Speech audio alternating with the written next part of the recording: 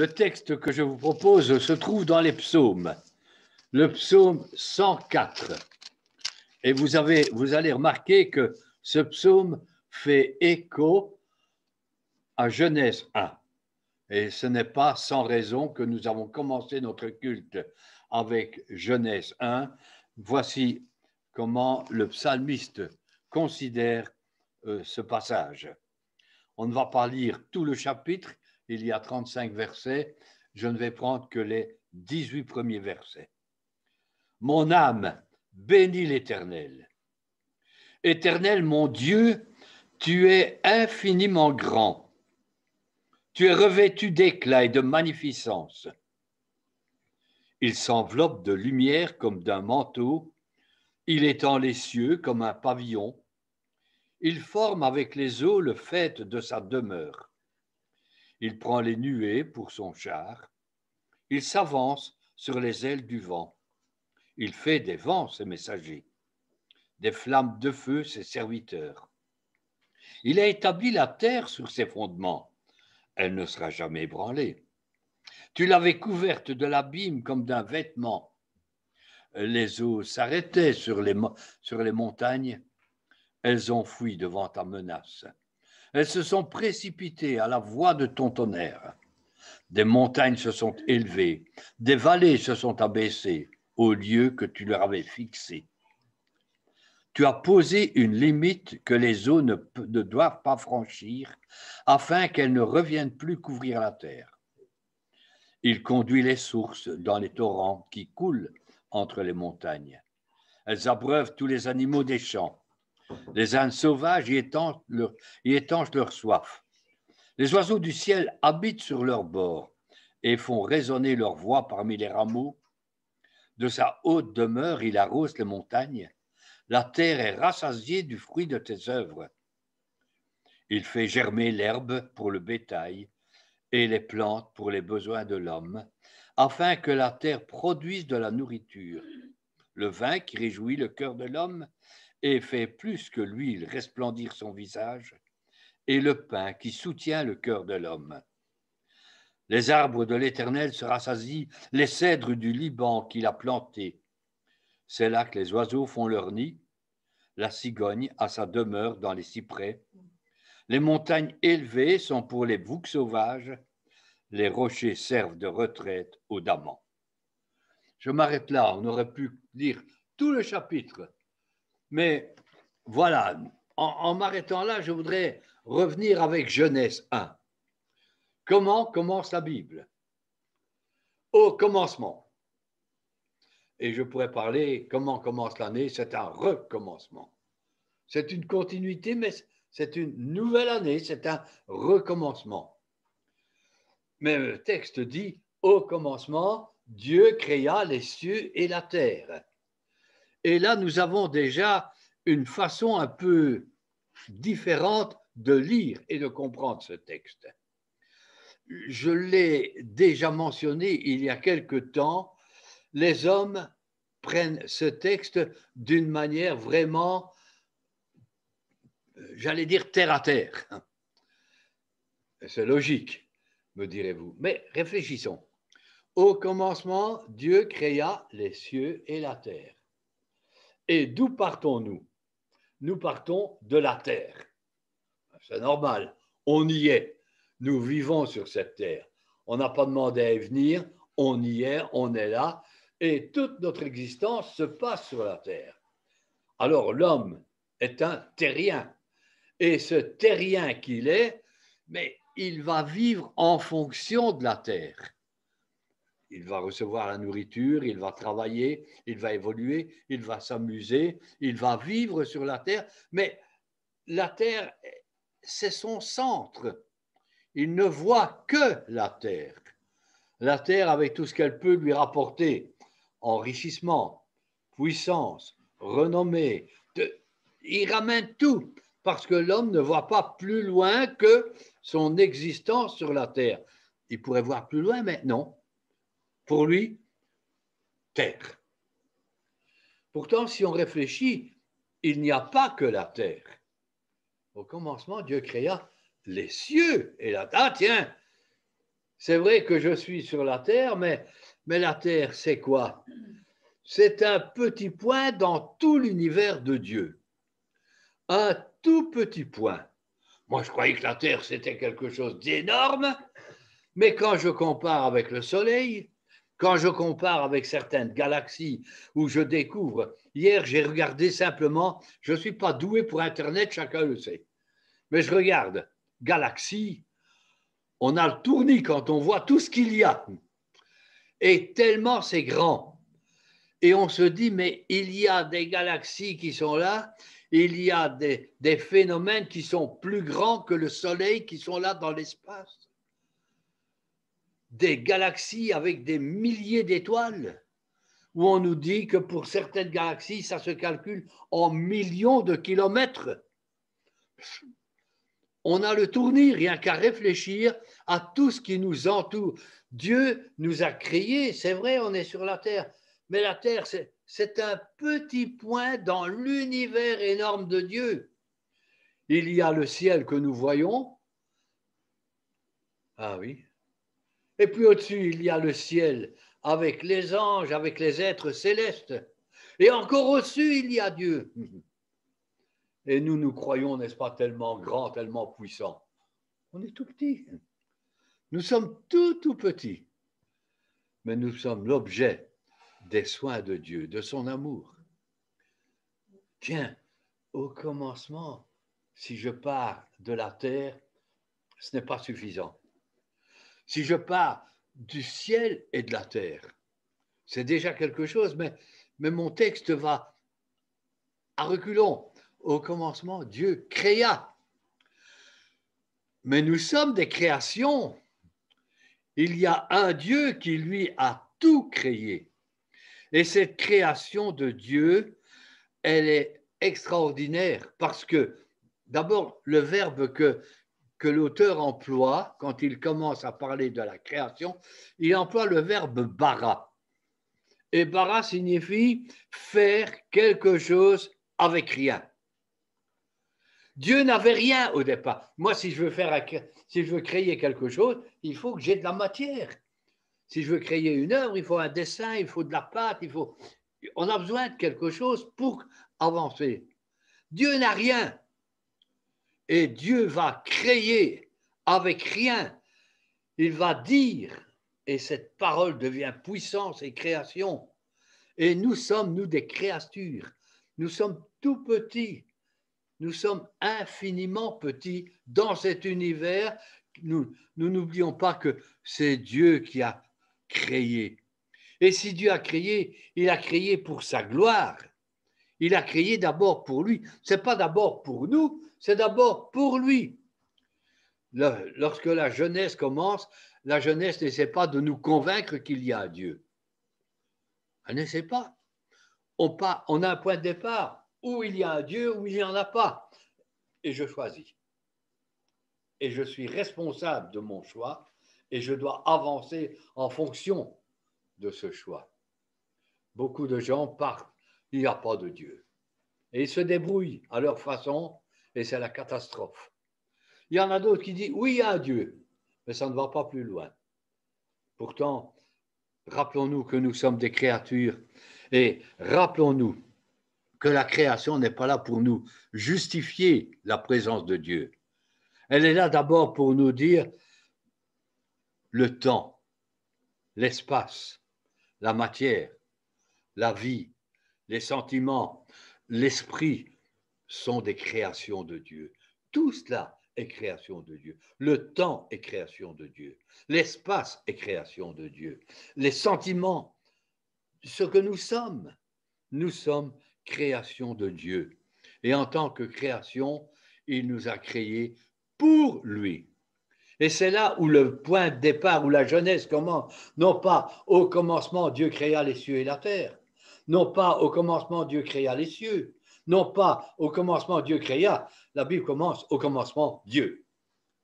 Et c'est là le point de départ. C'est là le point de départ de notre existence, mais c'est le point de départ aussi de notre vie. Au commencement, Dieu. Et il est bon de le rappeler que nous voyons les choses trop souvent par rapport à nous, en oubliant qu'elles sont par rapport à Dieu. Tout ce qui est visible, tout ce qui est là autour de nous, c'est Dieu qui l'a créé, et il l'a créé pour lui. Et dans ce sens, on arrive alors à ce psaume 104. Si vous lisez le psaume 104, vous allez découvrir qu'il rappelle la création. Et ce rappel de la création, c'est dans quel but? Mon âme bénit l'Éternel. Éternel mon Dieu, tu es infiniment grand. Et le psaume se termine. Mon âme bénit l'Éternel, louez Dieu. Une des raisons de la création, c'est la louange. C'est de rendre un culte, c'est de louer le Seigneur, c'est de le bénir. Et ici, au psaume 104, il le fait au travers de la création. Mais si vous lisez le psaume 103, il va nous parler aussi de la louange et de dire, mon âme bénit l'Éternel, que tout ce qui est en moi bénisse son saint nom. Et ainsi, nous avons les deux aspects, l'aspect moral, l'aspect spirituel pour louer Dieu, l'aspect de la matière, de la création pour louer Dieu. Et c'est dans ce sens que j'aimerais attirer votre attention simplement ce matin. Le vrai commencement, il est en Dieu. Il est là parce qu'il a donné, admirez la création, sa puissance. Quelle puissance pour créer des myriades d'étoiles, des galaxies, le soleil, la lune, le système solaire. Mais quelle puissance! Mais quelle sagesse! Quelle sagesse d'avoir fait les choses comme il l'a fait, d'avoir montré tout ce qu'il a montré, d'avoir fait réaliser que oui, il y a des choses qui sont magnifiques. Regardez, quand il commence, il parle de la lumière. Et il y a une image qui est fantastique quand je regarde ce texte. Tu es revêtu d'éclat et de magnificence. Il s'enveloppe de lumière comme d'un manteau. Voilà notre Dieu. Il s'enveloppe de lumière. Voilà le manteau, c'est la lumière. L'image est extraordinaire. Admirez ce texte pour admirer Dieu. Remarquez les allusions qui sont faites à tout ce que Dieu a créé. La lumière, c'est vrai, mais l'eau, et il en parle, les nuages, le vent, la terre, le tonnerre, les vallées, les montagnes, les animaux, et il va en citer des animaux. Si vous lisez la suite du texte, vous allez voir qu'il y a pas mal d'animaux qui sont cités, aussi bien l'âne que la cigogne, que les boucs ou que les lionceaux. Il va parler du vin, de l'huile, de l'herbe, des plantes, des oiseaux, des cèdres, des sapins. Il va montrer que toutes les œuvres de Dieu sont belles et elles sont chantées à sa louange, à sa gloire. Le commencement de notre vie, c'est de reconnaître cette grandeur, cette beauté de Dieu, de reconnaître son intelligence. Quelle variété, quelle intelligence. Je l'ai déjà dit, ce qui me surprend, c'est que Dieu a fait 2000 espèces de fourmis. Nous, on arrive, on les écrase, là. Il a pris soin d'en créer 2000 espèces. Admirez les merveilles de l'infiniment petit. Une petite fleur toute jolie, comme ça, qui est cachée. On découvre. L'infiniment grand, le soleil, la lune. Il a donné un nom à toutes les étoiles. Et quand je pense que les hommes découvrent aujourd'hui une galaxie avec des milliers d'étoiles autour, et il a donné un nom à toutes, on a déjà du mal de retenir le nom des 15 personnes qui sont autour de nous parfois. Mais quelle science, quelle sagesse, quelle puissance est celle de notre Dieu. Et quand on regarde cela, on se rend compte que Dieu non seulement a créé, mais qu'il maintient sa création. Il suffirait d'un rien pour que tout explose. Il suffirait de rien pour que plus rien n'existe. Un mot de sa part, et nous n'existons plus. Mais Dieu nous a créés, Dieu a créé tout ce qui existe et il le maintient. Malgré le péché, malgré toutes les saletés, malgré toutes les misères, il maintient. Un jour viendra où il va transformer, il va changer. Il fait la promesse qu'il y aura de nouveaux cieux, une nouvelle terre. Mais en attendant, il la maintient. Et nous sommes sur cette terre. Et nous sommes là en bénéficiant de toutes ces bénédictions. Je voudrais que notre cœur soit poussé à la louange ce matin. Considérez les références à la lumière. Mais la lumière, c'est la vie. Où il n'y a pas de lumière, c'est la mort. Considérez les références à l'eau. Non seulement les eaux d'en haut et les eaux d'en bas dont il a fait une séparation, mais il dit, regardez l'eau, elle est indispensable à la vie. Il parle des sources, il parle des torrents, il nous montre combien c'est important, mais en même temps, on sait très bien que quand la mer se déchaîne, qu'est-ce que ça fait comme dégâts? Et le texte dit, non, non, il a mis des limites à la mer. Il permet que la mer parfois reste loin. Et puis quand Dieu dit stop, elle n'ose pas aller plus loin. Et Jésus l'a montré en calmant des tempêtes. Nous pourrions parler de la nourriture, l'herbe, ce que Dieu a créé, non seulement pour la nourriture des animaux, mais pour le bien de l'homme. Il a permis qu'on ait du blé, il a permis qu'on ait des céréales, qu'on ait de quoi se nourrir. Et là encore, si les hommes n'avaient pas gâché, il y aurait beaucoup d'hommes qui ne mourraient pas de faim, n'est-ce pas? Mais c'est vrai que Dieu donne avec générosité. Et puis, chose étonnante, on va ressemer. Et on va mettre notre confiance inconsciemment dans ce Dieu qui va faire germer, qui va envoyer l'eau. Et ça va germer et il y aura une récolte. Quelle confiance nous avons. Malheureusement, on a cette confiance dans l'avenir alors qu'on devrait l'avoir en Dieu. Avoir confiance, recommencer et savoir que Dieu va nous donner la nourriture. Quand nous prions, donne-nous notre pain quotidien. Nous montrons que nous dépendons de lui, que nous sommes pauvres. Nous avons besoin de lui pour le pain. Nous avons besoin de lui pour vivre, pour subsister. Puis, en demandant à Dieu notre pain quotidien, on est sûr d'avoir du pain frais. Demandons à Dieu. Dépendons de Dieu pour cela. Reconnaissons aussi que ce que nous avons, c'est Dieu qui le donne. Soyons reconnaissants pour la nourriture. Soyons reconnaissants pour sa fidélité. Soyons reconnaissants pour l'huile, pour le vin, pour tout ce qu'il a créé. Et en même temps, il nous donne sa protection. C'est lui qui protège aussi en tant que créateur. Il prend soin de sa création. Il n'a pas dit aux hommes, tirez votre plan, débrouillez-vous. Il continue à les protéger. Il continue à diriger et à conduire. Je prends quelques exemples. Simplement, je vais un peu plus loin, mais le verset 23, par exemple, nous dit « L'homme sort pour se rendre à son ouvrage et à son travail jusqu'au soir. » Tiens, Dieu a fixé des temps. Il a fixé des époques. Il a fixé des saisons. Mais il a fixé des journées en disant à l'homme, voilà, là, pendant la journée, tu travailles. Et le soir, tu rentres. Tu te reposes. Tu prends du temps pour te reposer. Tu prends du temps pour t'arrêter. Dieu a fixé un temps pour le travail.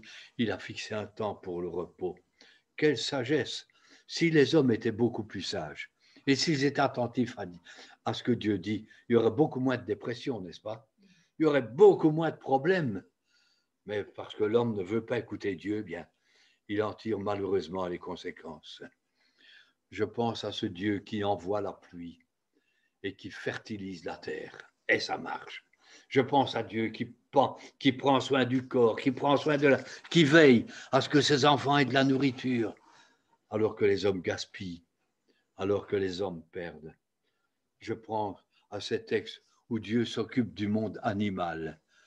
Quand je vois comment les hommes peuvent être méchants envers les animaux, comment on traite les animaux, en oubliant que ce sont des créations de Dieu, même si on n'a pas de chien, même si on n'a pas de chat, même si on n'a pas de... Il y a cette protection aussi que Dieu veut donner. Il nourrit les oiseaux. Il prend soin même des petits oiseaux, nous dit la Bible. Les lionceaux crient après leur nourriture, ils crient à Dieu leur nourriture. C'est quand même fabuleux quand nous regardons cette merveille de la création et de pouvoir dire Dieu nous a créés et on peut lui rendre gloire. Dieu nous a créés et on peut reconnaître ses droits sur la terre et dans nos vies.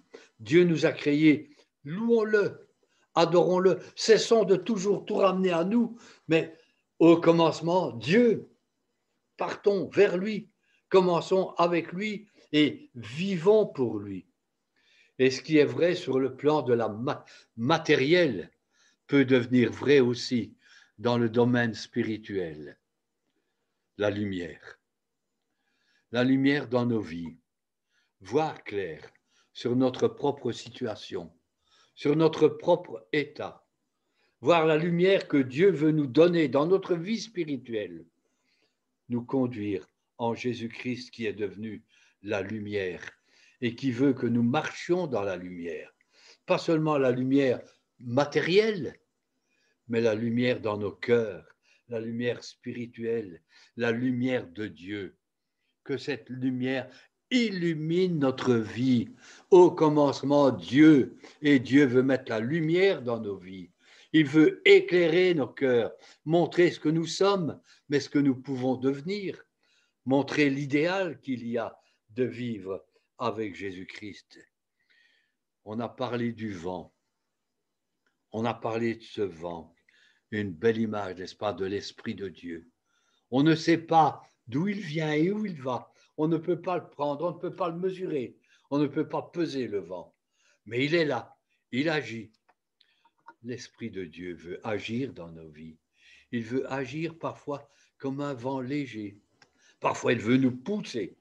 Parfois, il veut nous agiter. Et puis, parfois, simplement, il agit. Et il va agir au travers de la parole de Dieu. Revenons à la parole de Dieu, parce qu'elle est la lumière. Ta parole est une lampe, une lumière. Mais parce que l'Esprit de Dieu est le vent qui va manifester la parole de Dieu dans nos vies, qui va la rendre vivante. Vous pouvez lire la Bible et vous avez lu un chapitre, on n'a rien fait, on n'a rien dit. Bon. Et puis, Seigneur, aide-moi. Aide-moi par ton esprit à comprendre. Aide-moi. Et brusquement, cette parole, elle devient vivante. Elle devient une parole puissante. Elle devient une semence qui jaillit dans nos vies. C'est cette puissance que Dieu veut voir. Nous parlons, Dieu veut nous donner la nourriture, mais il veut aussi nous nourrir nos âmes. Combien de chrétiens souffrent de rachitisme, sont faibles, sans force, sans énergie. Pourquoi? Pas de bonne nourriture. Mangez bien. Prenez la parole de Dieu. Lisez cette parole. Nourrissez-vous de cette parole. C'est le pain de Dieu. C'est le pain vivant et vrai. C'est la nourriture pour nos âmes. De même que nous nourrissons nos corps. On lit un livre, on s'informe pour nourrir notre âme. Prenons cette parole de Dieu qui est vivante, qui est ce pain vivant qui va produire quelque chose dans nos cœurs. Je n'analyse pas la tartine que je mange. Elle est là, je la mange. Et ça, c'est tout. La nourriture fait son effet. Je nourris de la parole de Dieu. Elle fait son effet. Elle est puissante. Elle est vivante. Elle va produire. Les chrétiens n'ont perdent de vue le temps de lire la Bible, le temps de la méditer. Relisons. Au commencement, Dieu, relise ta Bible. J'ai déjà lu, recommence. Je l'ai déjà lu, recommence. Même si tu lis le même livre pendant 3 fois pendant cette année, mais accroche-toi, lis, relis, nourris ton âme. Sois un chrétien solide, une chrétienne forte qui glorifie le Seigneur. Et puis ce Dieu qui protège. Les oiseaux font leur nid, la cigogne a sa demeure, et Dieu protège sa création. Mais dans notre vie, nous avons besoin aussi de protection. On a besoin de la protection de Dieu, qui est prêt à nous entourer, devant, derrière. Au commencement, Dieu. Commencez cette année avec Dieu. Vivez-la avec Dieu. Il vous protège. Il vous entoure. Ça ne veut pas dire qu'il n'y aura pas de problème. Il peut y avoir des tempêtes. Et il y a des tempêtes. Et il y aura certainement des tempêtes dans nos vies. Mais il fixe la limite. Jusque-là et pas plus loin. Et Dieu ne se trompe jamais. Il protège, il prend soin. Et s'il permet qu'il y ait des moments difficiles, il est là dans les moments difficiles. Il ne nous lâchera jamais. Beaucoup de chrétiens pensent que Dieu les a abandonnés parce qu'ils ont un moment difficile, parce qu'ils ont une épreuve. Ou Dieu, où es-tu? Mais il est là. Il ne lâche jamais les siens. Il ne lâchera jamais les siens parce qu'il est fidèle à son alliance, parce qu'il est fidèle à ses engagements. Et puis, nous pourrions parler des activités. Il faut travailler. Et on se lève le matin et on va travailler. Et le soir, on rentre, on peut se reposer. Et c'est dans la vie, c'est normal. Mais au-delà du travail matériel, est-ce qu'il n'y a pas du travail avec Dieu et pour lui? Est-ce qu'on ne peut pas investir du temps pour Dieu? Est-ce qu'on ne peut pas lui donner davantage de temps? Ralph Challis, le prédicateur, quand il s'est converti, Ralph Challis a dit « Dieu a demandé la dîme à son peuple d'Israël, il demandait la dîme financière.